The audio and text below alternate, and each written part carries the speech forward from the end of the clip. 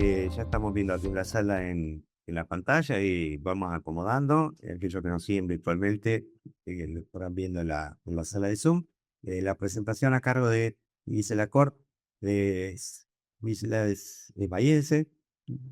Para nosotros eso es un orgullo, pero trabaja hace muchísimo tiempo en nuestra Biblioteca Nacional. Y ella tiene un recorrido enorme, profesional, ¿sí? Es arquitecta, pero también ha desarrollado especialización en gestión cultural y de hecho ahora entiendo que está cursando una maestría también en políticas públicas.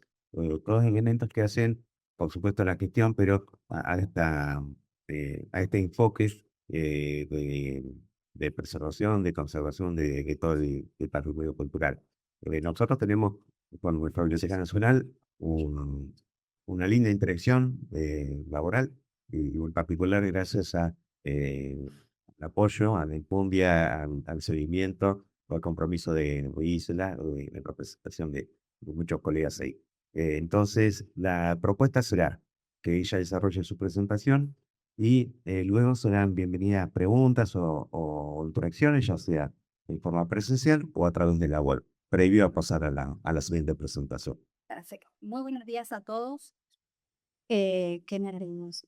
Bueno, como decían, gracias por la presentación, gracias a todos los que hicieron la gestión para que nosotros nos encontremos acá, gracias por el esfuerzo de todos ustedes para salvar nuestro patrimonio, gracias por invitarnos y hacernos parte de esto. Em, yo les voy a hablar de un tema que es bastante deseado por todas las instituciones y generalmente nunca llegamos, ¿no? Porque siempre lo urgente tapa lo importante y siempre hay tantas cosas que hacer y todos hacemos tanto que nunca llegamos a esto. Pero sin esta herramienta que hoy les vengo a proponer, el problema es que las emergencias suceden. Los acontecimientos se nos vienen encima y no estamos preparados para hacerle frente. Y tristemente, en ese proceso donde nosotros salimos a tratar de paliar la problemática que se nos presente, perdemos energías, perdemos recursos. Estamos todos separados, nadie sabe para dónde tiene que ir. Y esa es la idea. Tal vez no nos va a salir completo, ¿sí? Desde un principio. Lo importante es ir construyéndolo. Y las construcciones se hacen en forma organizacional, en forma de red, en forma de saber a quién puedo llamar para que me salve de esto. O, che, me encontré algo que a veces es muy menor, ¿no? Che, tengo un polvillo en el estante. ¿A quién le puedo preguntar esto? Bueno, tener ese teléfono cerca, todos los profesionales que conservamos en general patrimonio y estamos asociados al material que nos representa culturalmente. Somos sensibles, por él, ¿no? No conozco a nadie que no lo sé. Y estamos a disposición para trabajar en forma conjunta. Así que la idea es esa. Hoy, primero yo les voy a empezar a plantear algunas cuestiones. Bienvenidas sean las preguntas, las interrupciones, ¿sí? Lo que no se entienda, agradezco que pregunten. Bien, ¿por dónde empezamos? La idea es justamente tener un diseño que nos permita ser proactivos y no reactivos, ¿sí? O sea, vamos a tener que saber exactamente qué son los acontecimientos que nos pueden llegar a suceder y qué planificaciones tenemos y recursos tenemos para darle respuesta. Todo esto empieza, porque yo no les quería dejar de contar de dónde parte esto. Y que tiene que ver justamente con las acciones de conservación. La UNESCO saben que es la Organización de las Naciones Unidas para la Educación, la Ciencia y la Cultura, ¿no? La finalidad de la generación de la UNESCO tiene que ver con fortalecer nuestras humanidades compartidas. ¿Sí? Humanidades compartidas. Para mí eso es como una palabra clave. Esta gente, que son todos nuestros representantes, digamos, a nivel estatal, se juntan después de la Segunda Guerra en 1942 y se plantean qué generaciones, qué cultura vamos a tener, qué tipo de humanidad vamos a preservar. En esa finalidad, que en este momento, digamos, es de cuestión bélica, básicamente, después de haber padecido estas dos guerras terribles, Se juntan 44 países. De esos 44 países, solamente 37 se ponen de acuerdo. Actualmente son 194 Estados miembros. Sin embargo, los estados no son en forma constante presenciales. Se suman o se restan. Un caso emblemático es Estados Unidos, ¿no? Que se suma, se baja con Reagan, vuelve a subir, se vuelve a bajar con Trump. O sea, y esto va y viene. O sea que las finalidades de mantener una humanidad compartida no siempre están estables. Solo para dejarles como una inquietud. Unidos justamente en esta convención, fíjense, en el año 1942 se reúnen, ¿sí? En el 45 y realmente se firma el acta y recién en 1972 hacen esta Convención para la Protección del Patrimonio Mundial, Cultural y Natural. O sea que pasaron muchos años en el medio hasta que alguien dijo, che, esto no es nada más que estamos en guerra y estas culturas compartidas, ¿cómo lo hacemos? Tenemos que tomar una medida específica para justamente preservar el legado. Y este legado siempre está tenido, obviamente, de sesgos, ¿no? O sea, y estos sesgos responden generalmente a la cultura de quienes eligen qué es representativo o no. ¿Y qué es representativo en qué nivel? Seguramente en las casas de cada uno todos tenemos patrimonio, ¿no? El anillo de la abuela, no sé, el sillón del abuelo que fue en mi casa hay una copa que dicen que fue lo único que trajo mi abuelo desde Italia, que era lo único que tenía era la copa, y es la copa única de cristal, y el resto estaba, vino con poco. Es patrimonio porque tiene valores, porque tiene peso, porque para nosotros es representativo. Y eso es, según la escala que se lo mire, la importancia de la preservación. Este acto de preservación no es gratis. Se generan, digamos, todos nosotros, los que nos dedicamos a esto, y en cierta forma todos, no importa en qué lugar estés, te debieras dedicar a esto, ¿sí? Ser un agente de conservación activo. Se generan dos cuestiones de derecho. Una que es la obligación de preservar y otra es el derecho de utilizar. Yo tengo el derecho de tener acceso a mi patrimonio, cualquiera sea. Y el otro, a la vez, es que yo tengo la obligación de preservarlo para los que vienen atrás. Con esta misma finalidad, la UNESCO tiene estos organismos consultivos, tiene otros que tienen que ver con cuestiones específicas, operacionales, pero fíjense que el primero que se forma es en 1948 la Unión Mundial para la Conservación de la Naturaleza. Actualmente es nuestro principal problema, la naturaleza, por el cambio climático, ¿no? O sea, actualmente la naturaleza no se comporta como lo que nosotros habíamos pensado en su primera instancia, sino que viene en forma drástica a traernos algunas cuestiones que no estamos preparados de ninguna manera. Y esta es la idea de justamente de la propuesta que les vengo a traer como herramienta. El ICROM, que es el Centro Internacional de Estudios de Conservación y Restauración de los Bienes Culturales, y el ICOMOS, que es el Consejo Internacional de Monumentos y Sitios. Fíjense que el ICROM básicamente es la que maneja museos, bibliotecas, archivos, ¿sí? Es una escala más de objeto mueble. En cambio, la otra, el ICOMOS, se dedica justamente a lo que es más arquitectónico, patrimonio, digamos, que no se mueve. Para nosotros el ICROM, toda esta gente que está acá genera manuales, protocolos, herramientas. Actualmente, con todas las tecnologías y las posibilidades de acceso que nosotros tenemos, la mayoría de la problemática que yo encuentro en el campo yo busqué en la web, encontré una chica que estaba pasando la aspiradora así y ella decía que era lo correcto y yo lo hice. El problema que tenemos es que la persona seguramente estaba pasando la aspiradora con la mejor onda, pero no tenía los criterios que nosotros mantenemos, que son criterios internacionales, no es que a alguien de acá se le ocurrió ponerse creativos, sino que efectivamente representamos a la UNESCO, al ICOMOS, al ICROM, son todos lineamientos que son pensados específicamente para actuar. basados en ciencias exactas como la física y la química, que nos permiten tener herramientas para hacer nuestro mejor desempeño. Sin esa posibilidad de reconocer qué le va a pasar a un material en el futuro, si es atacado de una manera o la otra, no estaríamos acá. Es imposible hacer conservación sin tener conocimiento de lo que le pasa a la materia.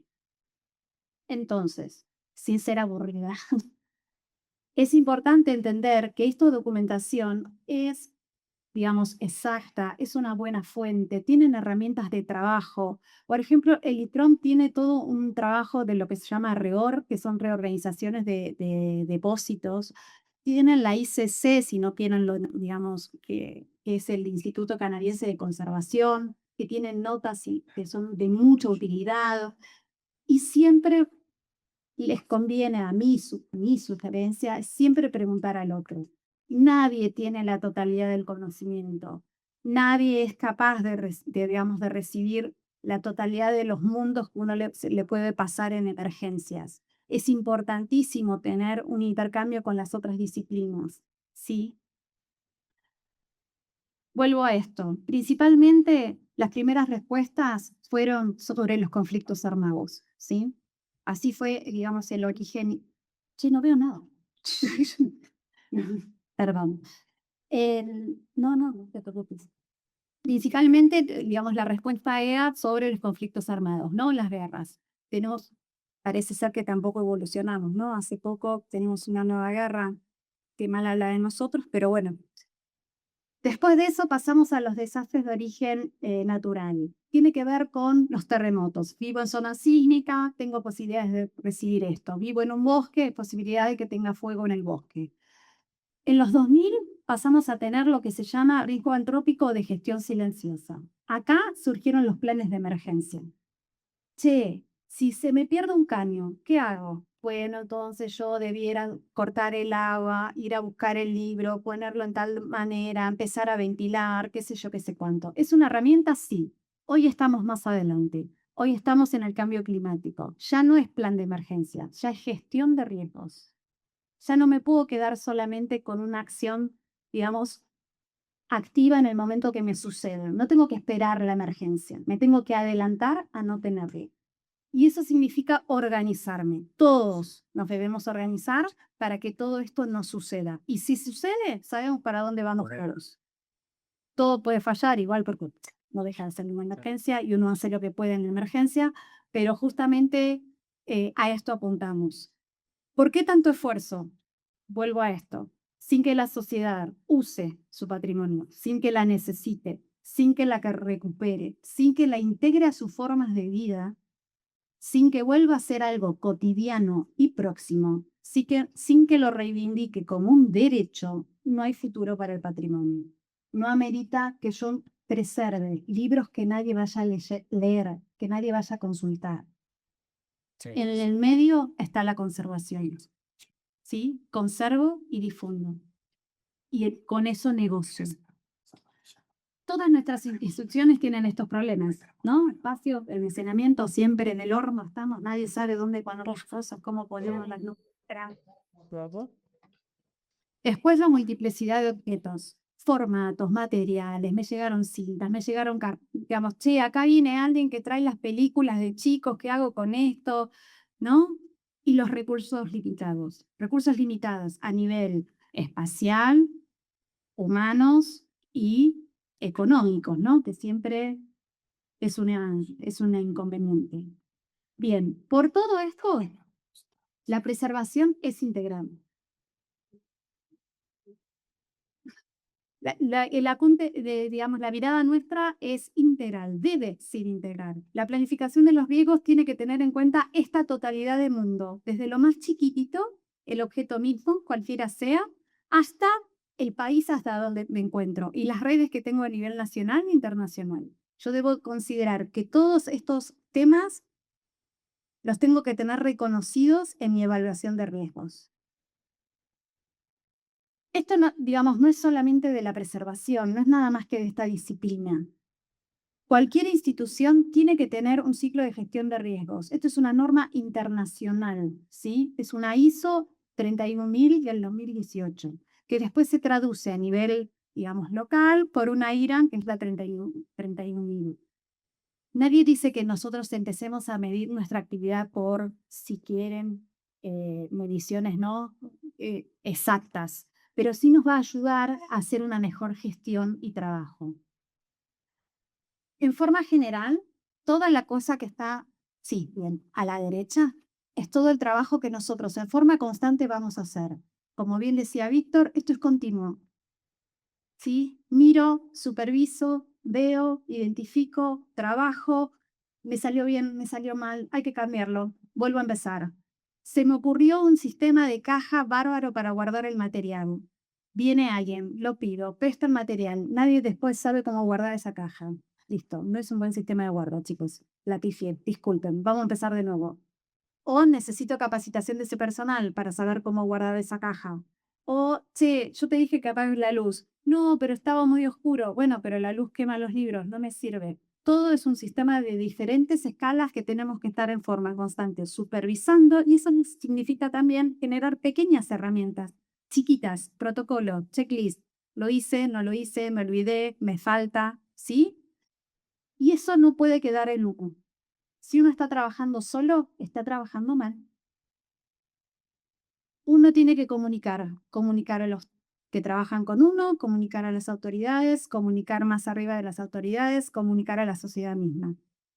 Si uno está trabajando solo, en algo está fallando. No lo está haciendo bien. ¿Qué vamos a hacer básicamente? Identificar, evaluar y mitigar amenazas. Esto es una herramienta, ¿está? Es una herramienta que se va a tener que diseñar especialmente para la institución en la cual yo trabajo.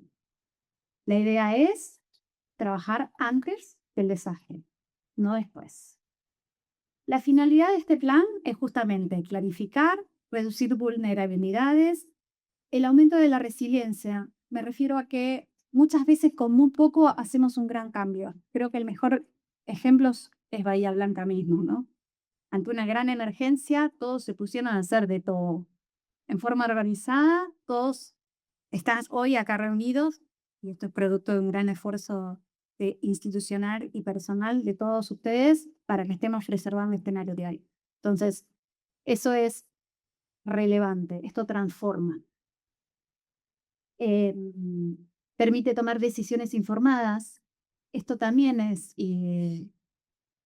básico, porque si yo lo pensé y la emergencia me puso en un lugar que no había pensado, por lo menos está cerca de lo que yo había más o menos pensado. Entonces significa que la acción que yo había planificado, que tal vez no es exacta la que me está planteando la emergencia, sí le permitió generar herramientas que más o menos me van a ir a dirigir a darle solución. Entonces no estamos todos pensando de cero, estamos cerca del objetivo. Atención al desastre, a una gestión integral de un desastre. Bien, nuevamente, en cada uno de estos puntos significa un montón de trabajo. Yo no dije que fuera fácil, ¿sí?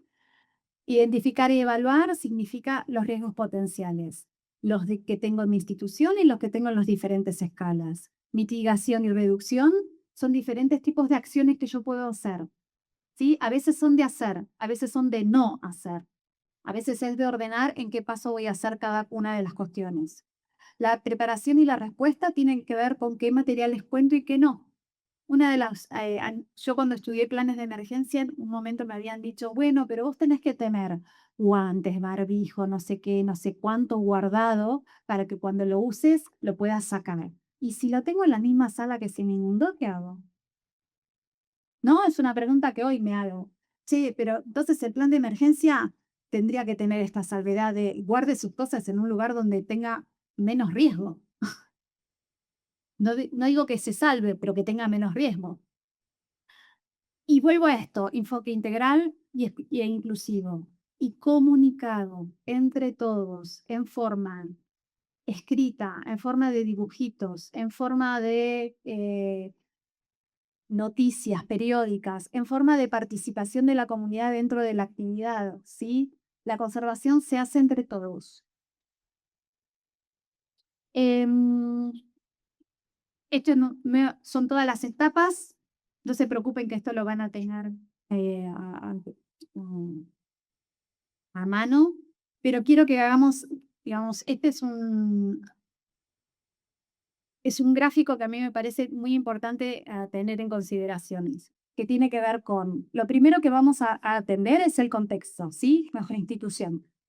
Después vamos a hacer un trabajo muy particular en lo que es la identificación. Y vamos a hablar de los agentes de deterioro, de los niveles de envoltura, de los tipos de riesgo, ¿sí? Esto yo ahora te lo explico. Después vamos a analizar todo eso y vamos a evaluar qué hacemos con qué cosa. Y vamos a tratar. En esta programación, ojalá que nunca nos suceda, pero la idea es hacer un monitoreo si las soluciones fueron efectivas o no. Si ese, ay, muchas gracias. Digamos, esa solución, vuelvo a insistir en esto, fue la ideal, fue la mejor, o qué recursos implicaba. Y además, todos los organismos son institucionales, se modifican. Entonces, en el día, no sé, hoy me tocaba a mí ser la encargada de la emergencia, pero mañana yo me jubilé o mañana me cambiaron de un lugar a otro. Entonces, ¿quién va a hacerse cargo de eso? Entonces, yo no puedo pensar nada más que en las personas. Me tengo que quedar justamente en el monitoreo de el organismo. Institucionalmente, muchas gracias. Institucionalmente tengo que estar justamente con esto incorporado. Tiene que ser parte de la política institucional. No importa si está Gisela, Nacho, Víctor o qué sé yo. Es parte de las actividades que tengo que realizar. Cada institución es un mundo enorme. Tiene que ver con su historia, tiene que ver con su misión particular, tiene que ver con sus recursos específicos, tiene que ver muchas veces con los tipos de actores políticos, sociales, dónde se encuentran, las condicionantes de la localidad, las condicionantes de accesibilidad, ¿sí? Y hay un montón de actores que son parte del esto. Hay aspectos legales que me van a restringir la posibilidad de estar o no estar eh, eh, difundiendo mi material. O sea, según mi misión, por ejemplo, puede ser que yo disponga o no disponga de la posibilidad de poder permitirles acceso total o no a las personas.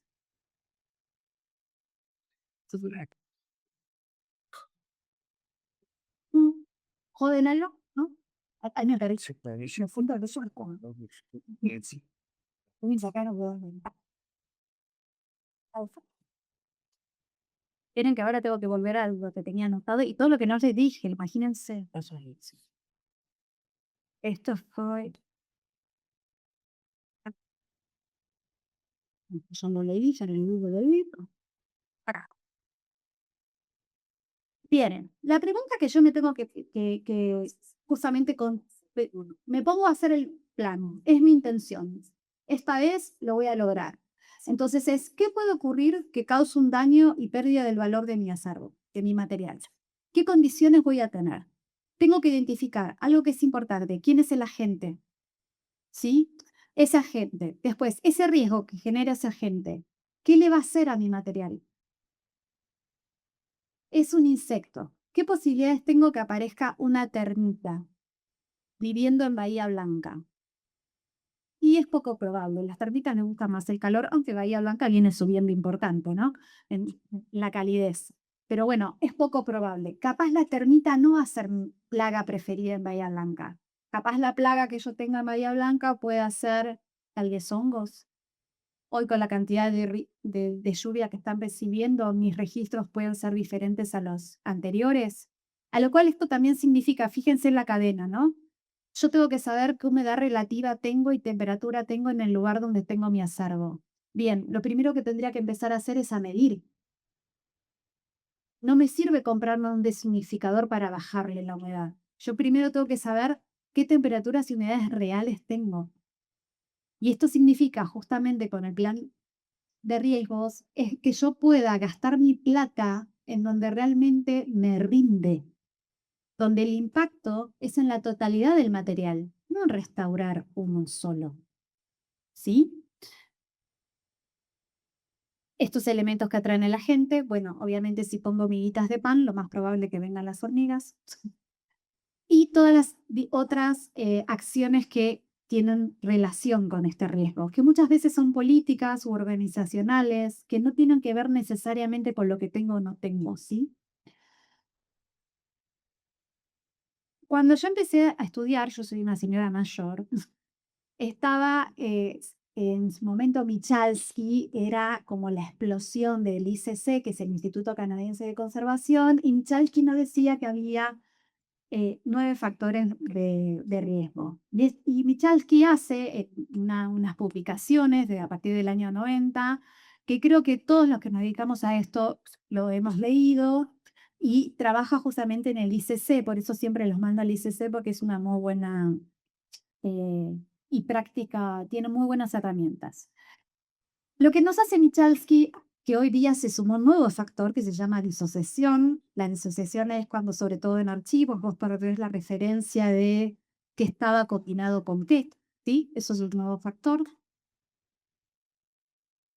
Yo no les voy a leer la figmina, pero bueno, básicamente las fuerzas físicas son todas aquellas que generan impacto y las personas son fuerzas físicas. Y cuando hago el traslado es una fuerza física.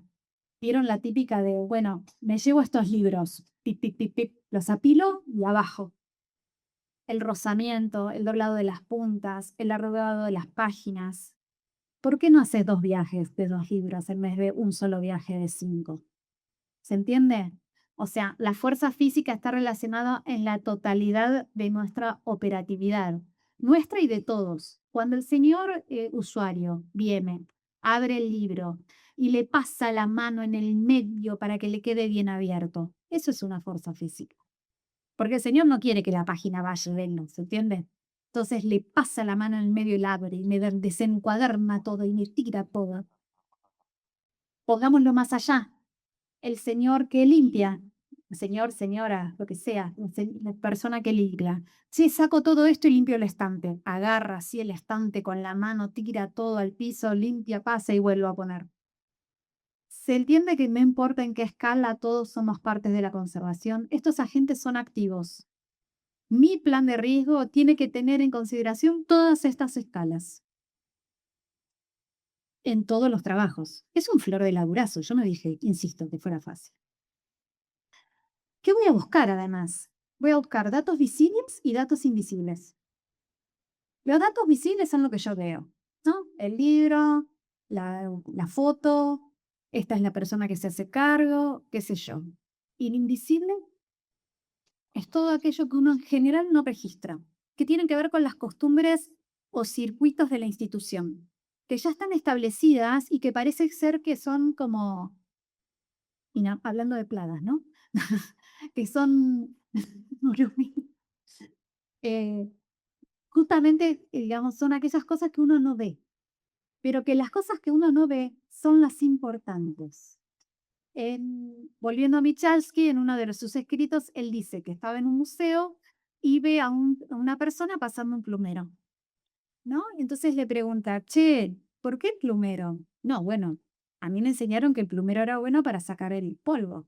Y el señor anterior que estaba en mi puesto usaba el plumero. Y el anterior del anterior usaba el plumero.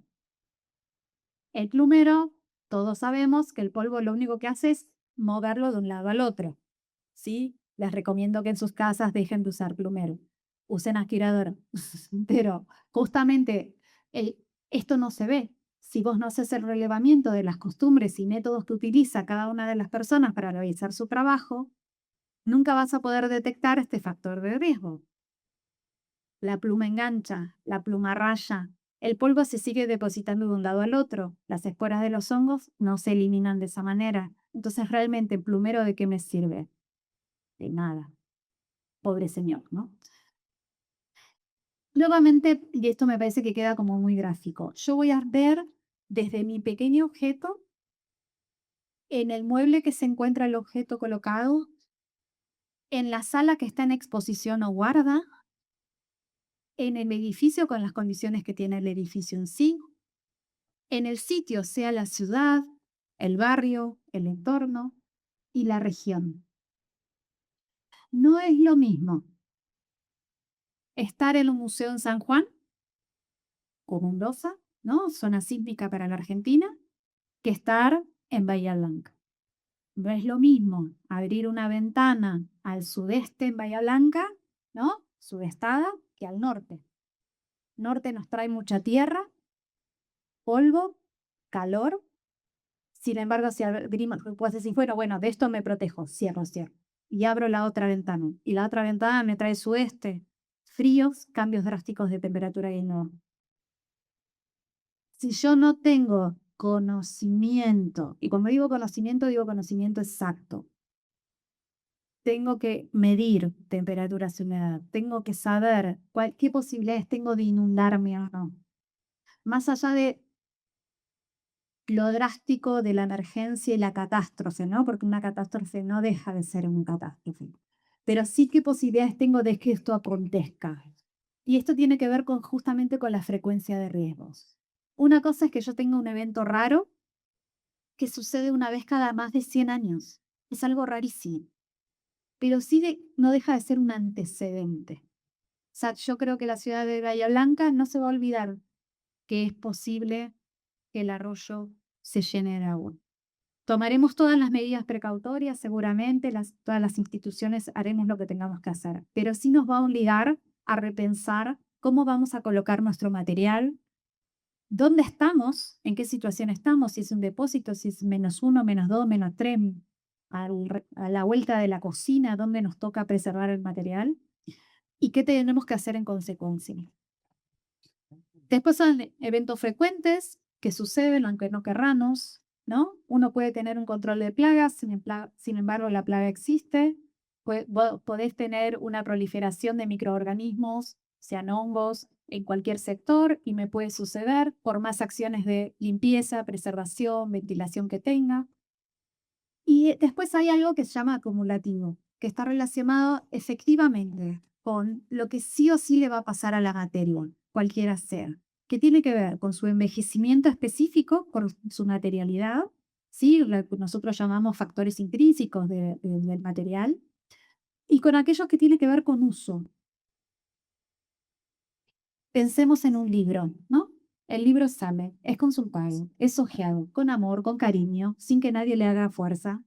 Una y otra vez, mecánicamente, esa hoja de celulosa hace esfuerzos de tracción, compresión, flexión, corte. En todo momento hay algo que se llama, digamos, los materiales pasan de periodos elásticos a plásticos a quiebres. El mejor ejemplo es la gonita de pelo, ¿no? Cuando uno la compra y la empieza a usar, va y vuelve a la misma medida. Cuando la seguís usando, ya va y no vuelve a la misma medida. Ya está más dura, ¿no? En un momento ya fue y no volvió. Y encima tiene un olor particular. Vieron que el elástico quemado tiene un aroma especial. Ya no volvió. Está rígida y en un momento se cortó. Eso le pasa a todos los materiales. No importa en qué tan buenas condiciones yo lo tenga. Sucede. Lo que es importante es que duren la mayor tiempo posible y que además preservemos justamente la información que portan muchas veces. Estos valores que hablábamos de los objetos, ¿no? Son distintos. A veces tiene que ver con la información que cuenta, a veces es con la información y la materialidad misma. Esa materialidad yo no tengo manera de preservarla, se va a ir degradando. Lo que sí puedo hacer tal vez es un registro documental específico que me permita que la perdurabilidad digamos, de esa materialidad quede registrado.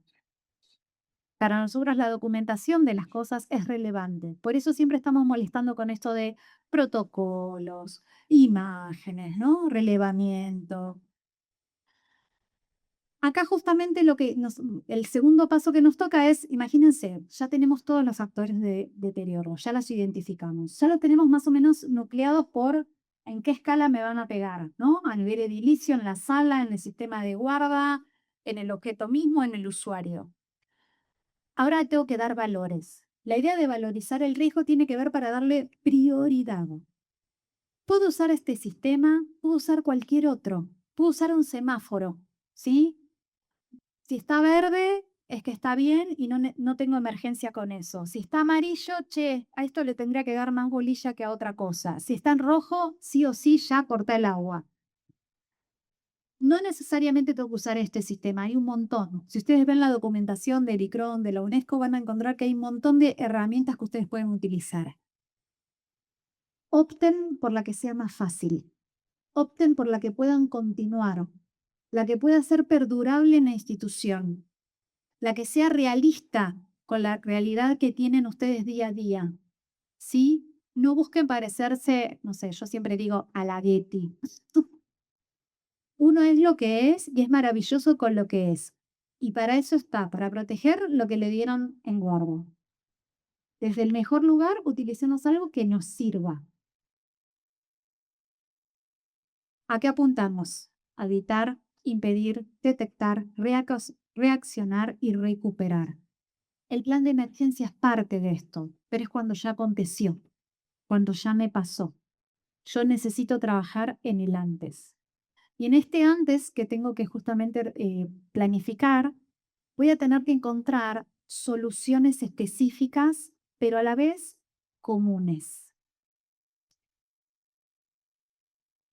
Generalmente uno se enamora de los objetos y de las cosas que tiene y empieza a darles como valores personales. No sé si a ustedes les pasa, pero dicen, ay, no, esta colección es la que a mí me gusta, porque me gusta, qué sé yo, qué sé cuánto, y le tenés como un amor especial.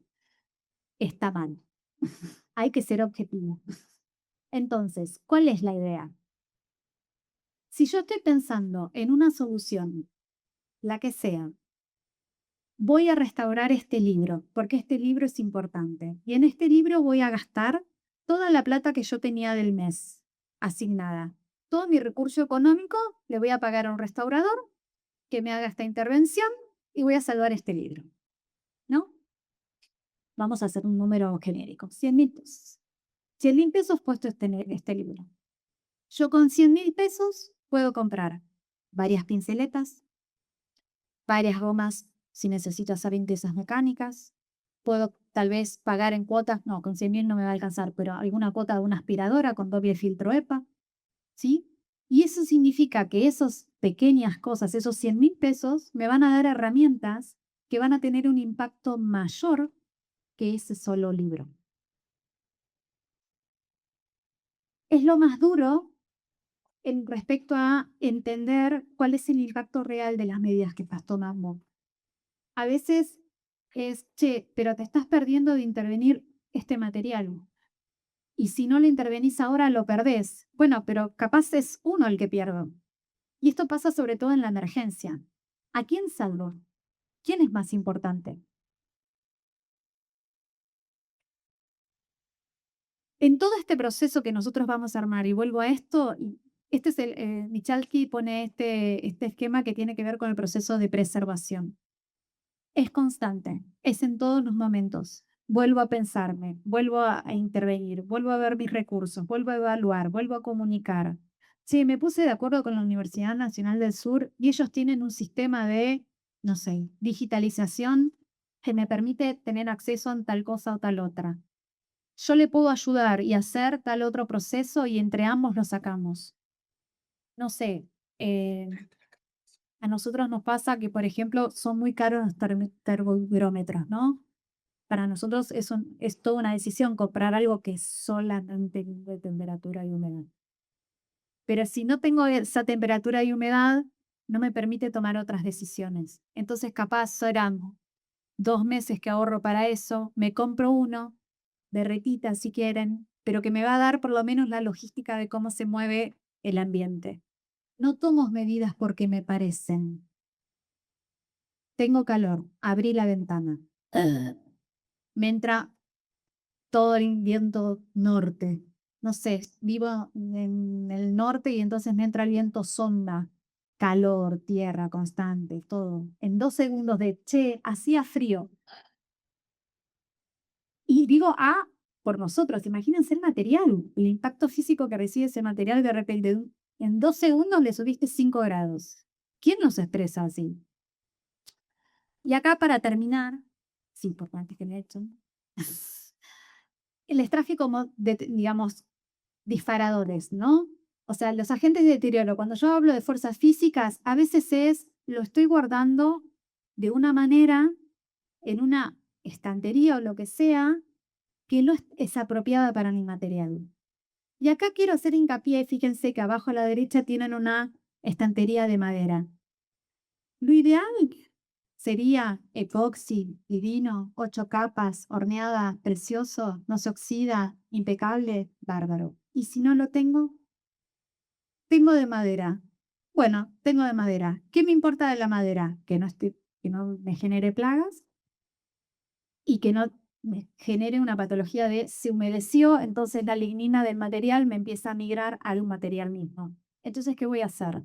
Pongo un papel blanco, alcalino, ¿sí? Cuando digo papel blanco, no nos vamos a lo caro.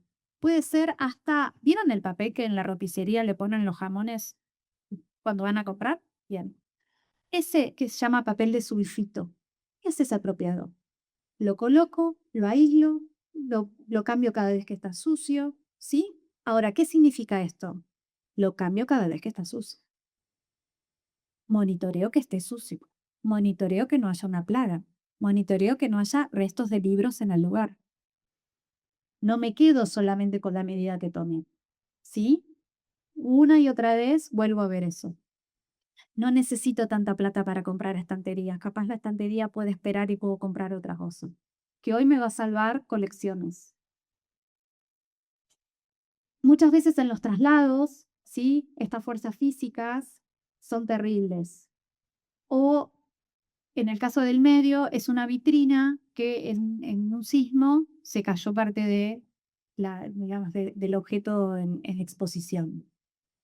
Si yo tengo probabilidades de un sismo, ¿no es mejor que me compre tal vez un sistema de panzas que pueda sostener los objetos de determinada manera o ciertos soportes que ante determinado movimiento ese objeto tenga mayor resistencia al movimiento y solamente me gasté en una panza? Ojo que acá, y es importante, todas las intervenciones que haga deben seguir los criterios de conservación y preservación de los materiales. No es algo que me pongo creativo, ¿sí? Si tengo dudas, consulto. Siempre va a haber un agente de conservación a disposición. Me llama. Yo no tengo problema. A veces son catástrofes. A veces son cosas que yo no tengo manera de ni paliar siquiera, ¿no? O sea, entró agua, se me inundó. Esta es la cúpula del Banco Nación de acá, la de la izquierda, que hoy ya la está sobrando. Lo que está arriba a la derecha son los archivos de Mountain que se quemaron hace unos años y se volvieron a quemar y hubo hasta pérdidas humanas. Y a veces es desidia absoluta. A veces es, no, estos son los libros que nadie consulta, entonces lo pongo en una estantería al fondo, la pared de esa estantería da un baño, nadie controla, nadie pasa, no tienen ninguna protección, se llenaron de mugre, ya está. A veces esto es intencional, ¿no? A veces es, guardo estos archivos para que nadie los vea ni los encuentre. Es importante, insisto en esto, cada ámbito, cada organismo es un mundo. Entender cómo funciona cada cosa, entender políticamente cuáles son las decisiones, también nos ayuda a nosotros a gestionar en forma efectiva. Si yo tengo un director que no es su prioridad la conservación, porque seguramente tiene un montón de otros problemas que no son sumamente válidos, no digo que no. Yo necesito que él entienda que si no hace determinada acción, va a perder esto y que va a ser peor. Y a esto les doy un ejemplo tonto. Hace relativamente poco en el Archivo General de la Nación se les rompió un caño a AISA. AISA es los que dan agua. Se lo rompió. Les entra agua al depósito. Imagínense, agua limpia, por suerte, pero agua al fin se les llena todo el depósito de imágenes, todas las fotografías, todo nadando, un desastre. El director no quería llamar a ayuda porque le parecía, no quería dar la noticia porque le parecía mal. Le parecía que estaba mal, que era culpa de él, que se había equivocado, que le iban a decir que no había tomado las medidas necesarias para cuidar el patrimonio. Afortunadamente hay una red de profesionales, todos nos pusimos en marcha y obligamos, básicamente, a que el director se exprese y solicite ayuda, y a la Biblioteca Nacional pudo ir durante 2 semanas a colaborar y ayudar con todo su personal para hacer las acciones del plan de emergencia para monitorear eso. Miren qué cosa pequeña, ¿no? Vos solamente levantar un tubo y pedir ayuda, el resto estaba. En este aspecto me parece que es importante también, y es parte de nuestro trabajo, sensibilizar y comunicar a nuestros directores y representantes que esto es tarea de todos y que a veces es nada más que levantar el teléfono. No tiene nada que ver con tu gestión específicamente. Al contrario, bienvenido sea. Generaste redes, pusiste a todos en lo mismo. Este es un ejemplo para terminar que tiene que ver justamente con los agentes de deterioro más comunes. Limpiar la canaleta, chicos. Que el de mantenimiento suba, yo sé que es re pesado, ir a sacar la caca de la paloma, a nadie le gusta, pero es muy necesario. Si no hay nada que sea impermeable, nada, no existe membrana que les vendan que sea impermeable. Lo único que uno garantiza la impermeabilización es que el agua escurra rápido. Si yo logro que el agua escurra rápido, no tengo presiones que me generen que atraviesen esas membranas, ¿sí? Toda cosa que yo pongo me va a aguantar determinada cantidad de presión y tiempo. Así que el agua se tiene que ir. Mantenimiento de los caños. Todos sabemos que estamos en instituciones antiguas, viejas, con determinadas condiciones. A veces la medida es, y lo doy como ejemplo, en la Biblioteca Nacional nosotros tenemos las instalaciones, lo que son locales, etcétera, en el techo de los depósitos. Pasan libres, abiertas por los techos del depósito, abajo las estanterías con material. A lo cual cada filtración o problema con un caño significa la repercusión directa sobre el material. Lo que logramos es que pongan unas canaletas abajo del caño. Aunque el caño esté perfecto, ¿se entiende? Una canaleta. ¿A dónde va esa canaleta? La canaleta va al pasillo central. Lo único que hace la canaleta es darme tiempo para que yo pueda accionar, para que alguien pueda detectar la pérdida, porque la ve el charco, ¿sí? Y para que alguien pueda actuar a sacar el material antes que eso reviente del todo. Entonces, fíjense que es una medida como mínima, de hecho fue bastante mm, resistida, pero justamente es parte de nuestro trabajo entender que el otro, nada más que con la colocación de una canaleta, vos me permitís a mí que todo este material no se moje. Y mirad, todos ganamos. Ganó el material, ganaste vos, que pudiste accionar fácil dentro de la instalación, y además no perdimos material. Agentes de deterioro, normalmente plagas. Actualmente en nuestro país cada vez los registros de temperatura y humedad son más graves, son más amplios. Esto significa que el nivel de limpieza, que es para eliminar las esporas de los hongos, debiera ser una de nuestras cuestiones más constantes, ¿no? Mantener las cosas limpias. Todos nosotros sabemos que es muy difícil, cuando sobre todo el acervo es tan grande, sostener un sistema constante de limpieza o que tengamos la totalidad de los filtros en el sistema de aireación, si tenemos filtros centrales, o el tipo de ventilación. A veces la ventilación es simplemente abro o no la ventana. Entonces, ¿qué tipo de filtro yo tengo ahí? Un mosquitero me salva tal vez de una polilla, pero no de un hongo y una espora. El monitoreo de material debe ser justamente una de nuestras cuestiones importantes para que la espora no tenga el tiempo de generar sus hifas y micelios y se nos estanque en el material. Una cosa que a veces es una solución, más allá de que la temperatura y humedad debiera ser correcta y nos ayuda a que esta espora no prolifere, es la ventilación. La ventilación como el movimiento suave, ¿sí? Suave, nada de reventar los libros con un ventilador, suave, de el aire.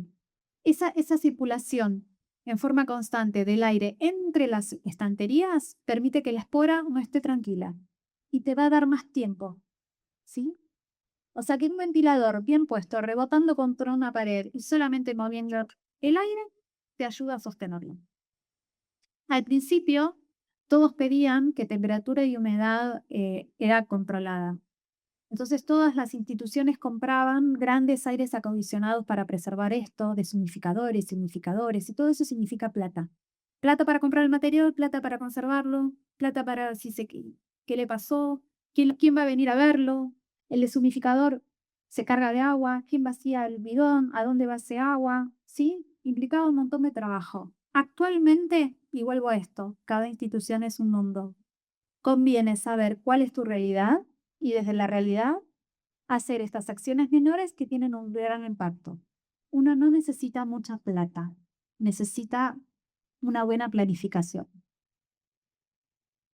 Después, sí, tengan en consideración que las buenas intenciones, yo entiendo que sean buenas intenciones, generan impacto. Cuanto menos toco el material, siempre es mejor.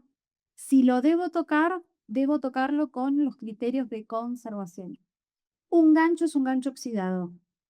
Y después me dicen, no, no, pero eso es lo de plástico. Los de plástico apelmazan la celulosa.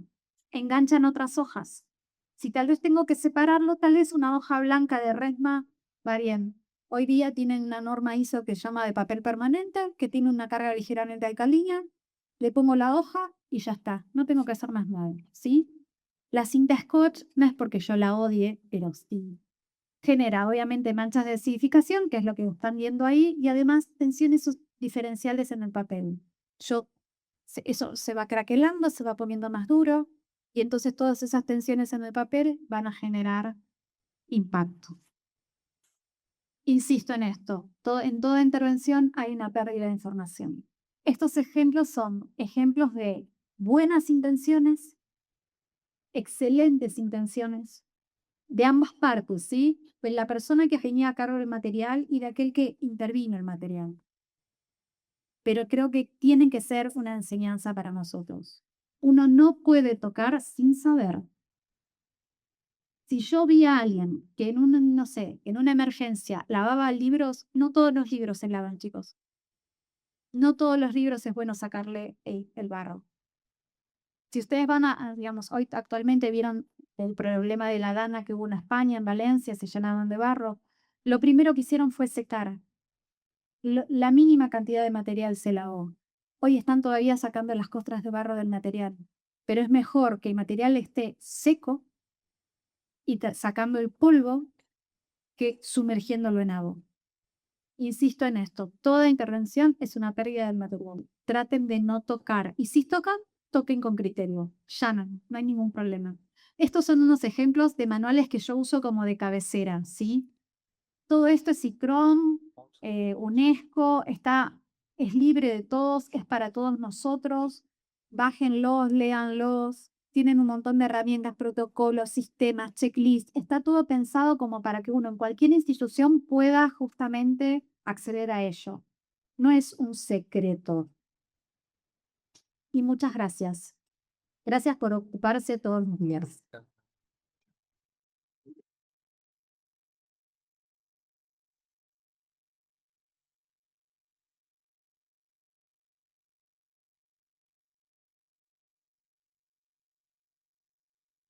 ¿Estás lleno de preguntas existenciales?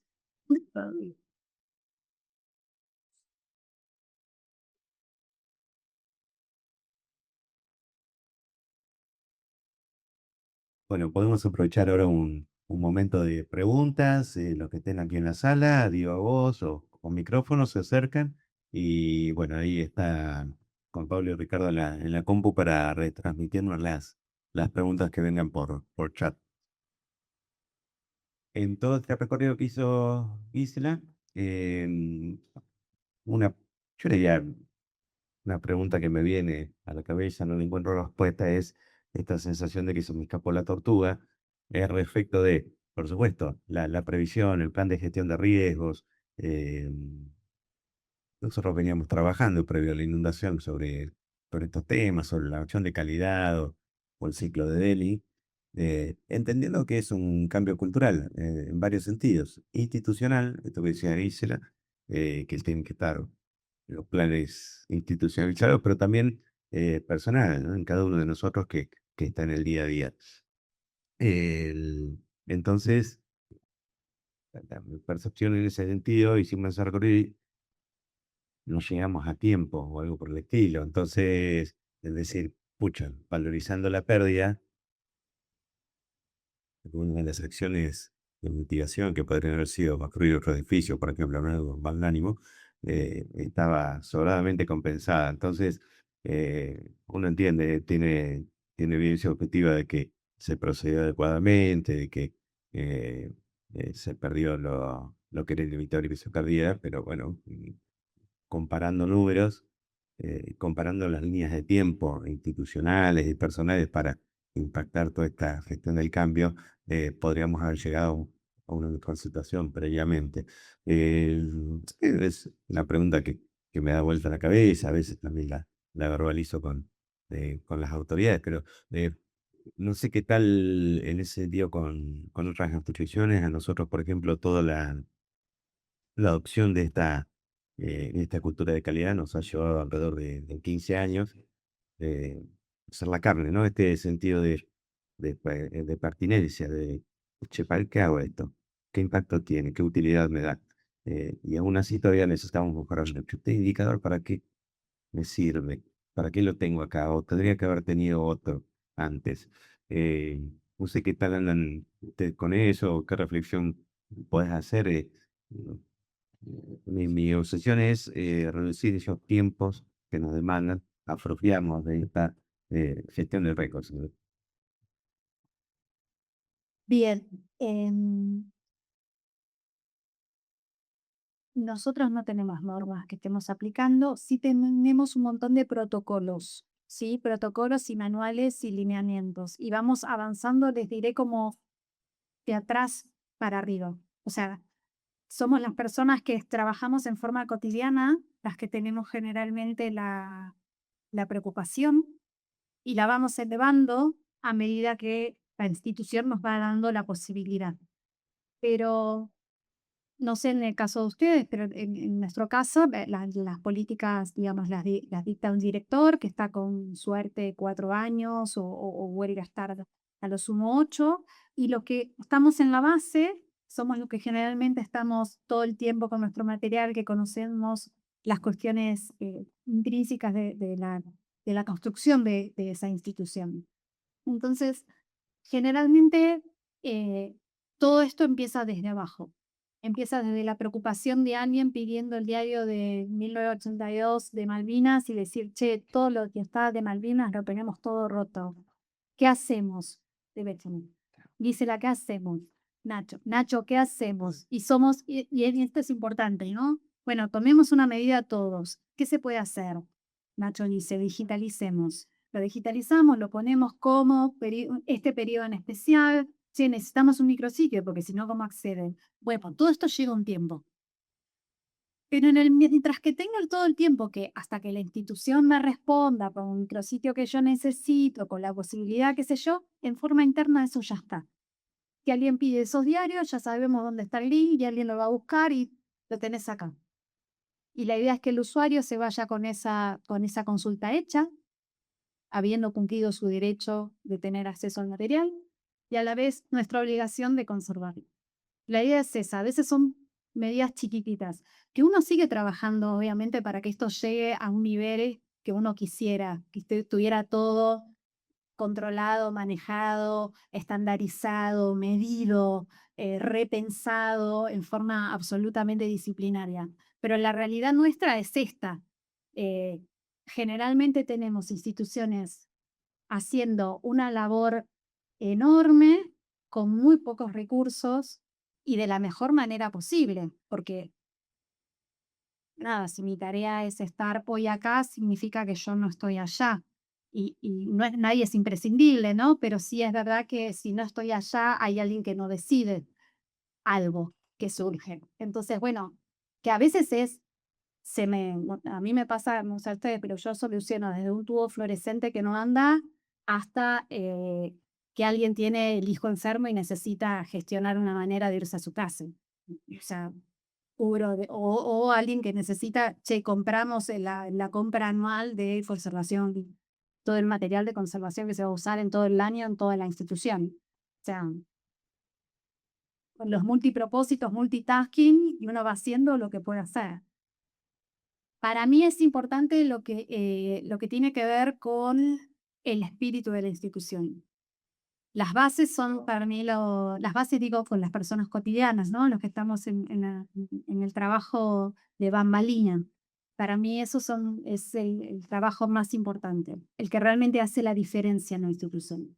Después, si vos contás con alguien que te dé bolilla, que me interese, que te dé la posibilidad, nada, vas mucho más fácil y podés tener más posibilidades, más recursos y poder llegar más lejos. Pero en la Biblioteca Nacional, por ejemplo, yo ingreso en el año 2010 y en el año 2010 no había conservación preventiva. No existía la conservación preventiva en la Biblioteca Nacional. Se hacía restauración. La restauración significa, obviamente, un recurso caro y de muy poco impacto en una colección que se incrementa como mínimo por depósito de donaciones de 50.000 ejemplares, como mínimo. Y nosotros procesamos básicamente 27.000 por año como máximo. Entonces, siempre vamos a tener una cantidad de material enorme llegando y sin poderle dar la respuesta que uno quisiera. Obviamente, lo que empezó a hacer la conservación preventiva, y se empezó a trabajar desde ahí, es cruzarnos con todos los circuitos. Eso lo fuimos haciendo con la colaboración de todos, cada uno en su área, ¿no? En la parte de libros, en la parte hemerográfica, en la parte de tesoro, la parte justamente directiva que nos permitió hacer esto, en los planes, los lineamientos, digitalización, cheque digitalizamos, no digitalizamos, prioridades, quién lo piensa. Y para mí fue, digamos, básico tener colegas alrededor. Son los profesionales de todos los días que son los que hacen la diferencia. Eh, Bienvenido sea todos, digamos, cuanto más arriba vayas, más fácil es el camino. Pero también es verdad que hay muchos intereses en cada institución y la preservación es uno más. Gracias. Tenemos preguntas por allí en la audiencia virtual, ¿no?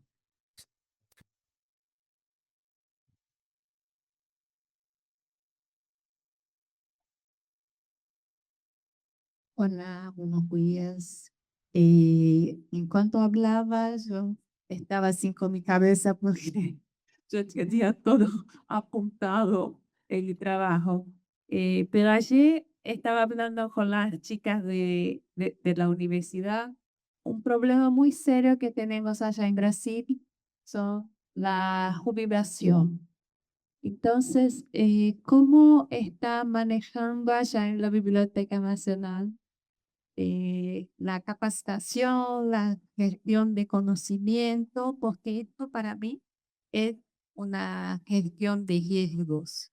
Cuando ustedes salí, cuando no hagan más nada, ¿cómo están estos protocolos, las capacitaciones para que este trabajo muy grande continúe? Muchas gracias. Gracias a vos por preguntar.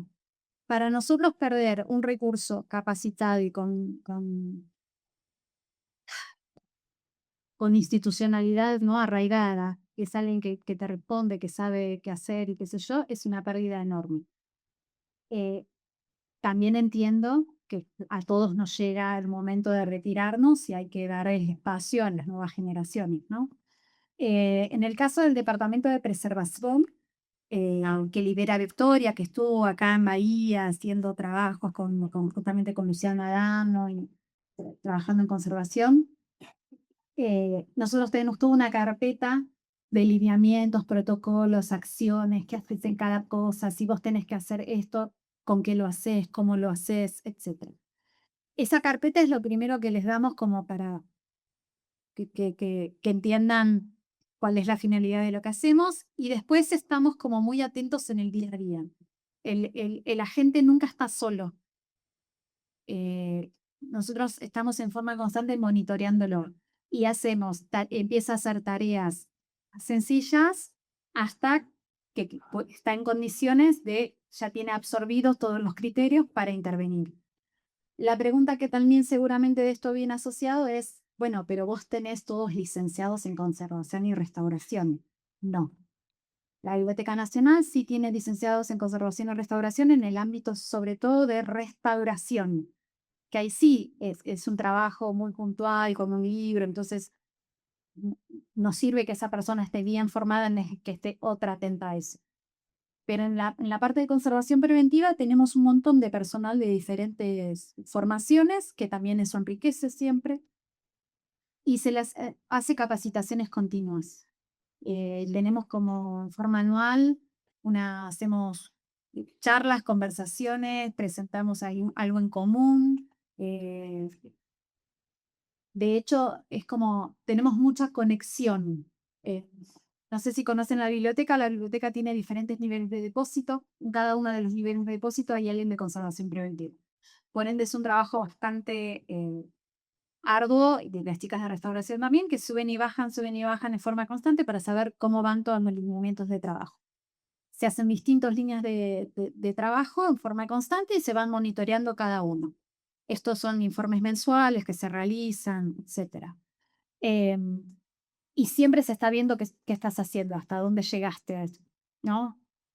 El trabajo se da con las pautas y se hace el monitoreo de la intervención. Sí es verdad que cada vez que perdís a un compañero con tantos años de formación, perdiste un gran recurso, en todo sentido, no personal, pero un gran recurso. Para nosotros es durísimo. Sí, obviamente la política actual de la institución es que si tenés los aportes, si tenés los años, es momento de jubilarte.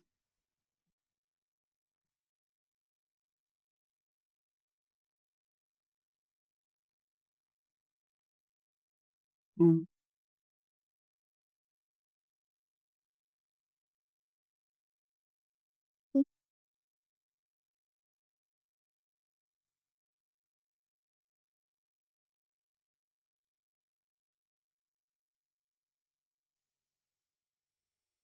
Bien, un gusto escucharte. Además, bueno, algunas cosas creo que hicimos bien. Una satisfacción escuchar algunas cosas. Pasamos una emergencia y en este momento nos sentimos desbordados completamente, después de un año. Porque todo esto que estás diciendo lo tenemos que hacer. Empezar por un diagnóstico, empezar por dónde. En este momento la urgencia es el control de hongos. Estamos en una etapa donde controlamos temperatura, humedad y no queremos volver a tener esta sensación de una nueva eclosión de estos hongos. Teóricamente nosotros llegamos a poder comprobar que esas esporas ya estaban, en 48 horas eclosionaron y ahora en cualquier momento estamos teniendo mucha temperatura, mucha humedad, son cosas que pueden volver a pasar. Mientras tanto estamos recibiendo donaciones, esas donaciones también pueden llegar contaminadas. Y lo que decías, bueno, de abajo hacia arriba, pero está lo institucional. Lo institucional, tuvimos un mes cerrada la biblioteca en enero. No podemos hacer entender, concientizar de que necesitamos mayores controles sobre el contenedor, sobre el edificio. En una cantidad de áreas se trabaja de manera distinta, de manera distinta en mantenimiento con el tema del control de plagas. Nos enteramos hace poco que la universidad tiene control de plagas y cómo gestionarlo. Cuanto a las canaletas y techos, es otra área. El mantenimiento del pasto del pasillo es otra área.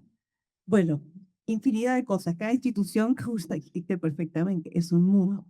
Necesitamos más espacio físico para la gestión de donaciones y la gestión de materiales. Ahora tenemos, obviamente, todo junto. Lo que secamos son 8.000 libros para tratar, para recuperar, que están con barro, más toda la generación de cosas que puedan ir apareciendo de acá en más. ¿Por dónde empezamos? No sé qué nos puedes decir con tu amplia experiencia.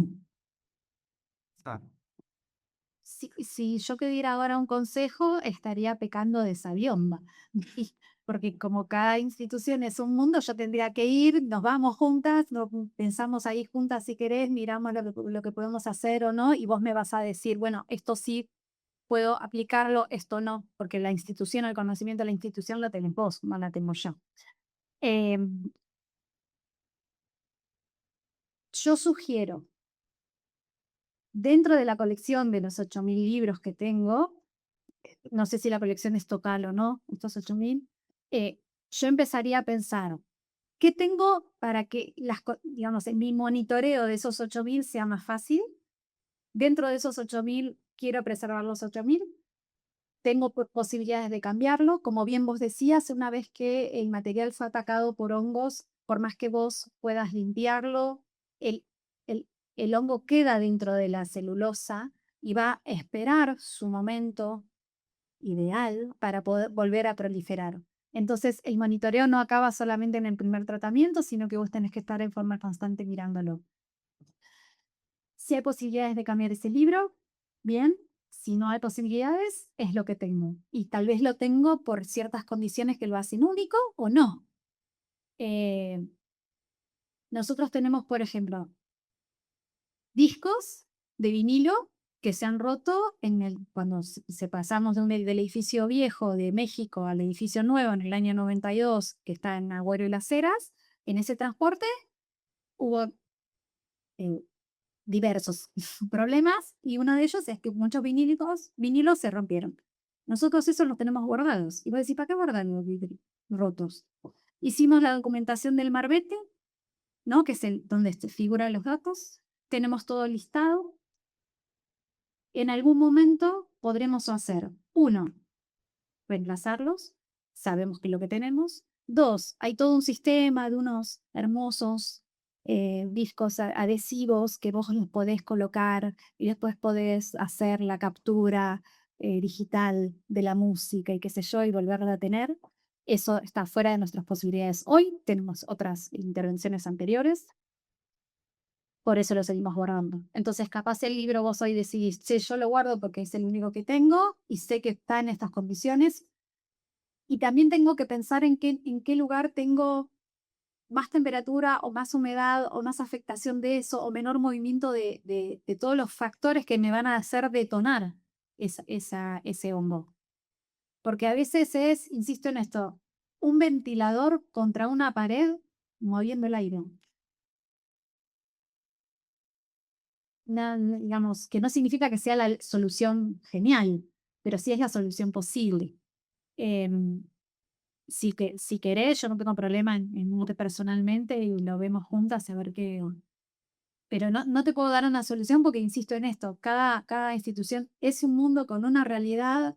Obviamente hay criterios, no sé, yo hoy tengo que elegir cómo colocar la estantería y todos los libros que tengo repetidos, tengo posibilidades de inundación. Todos los que tengo repetidos o en mal estado van abajo. Todos los que tengo buenas van más arriba, ¿no? Sería lógico. Sin embargo, ninguna de nuestras bibliotecas está cierta.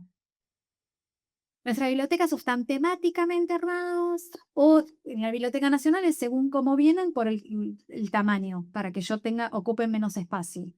Entonces, pero ¿no se te ocurrió poner en el lugar con mayor riesgo aquello que tenés duplicado, triplicado? Y no, la verdad que no. Bueno, tendré que mover 1.600.000 libros, que soy más o menos lo que tiene la biblioteca. Pero uno aprende, digamos, insisto en esto, todas somos instituciones que estamos en proceso de aprendizaje, mejorarnos, y cada uno le hace frente con el recurso que tiene. Lo interesante es mirar, ¿no?, a lo ideal. Yo lo que te propongo es esto, apuntemos al 10, después vemos cómo llegamos.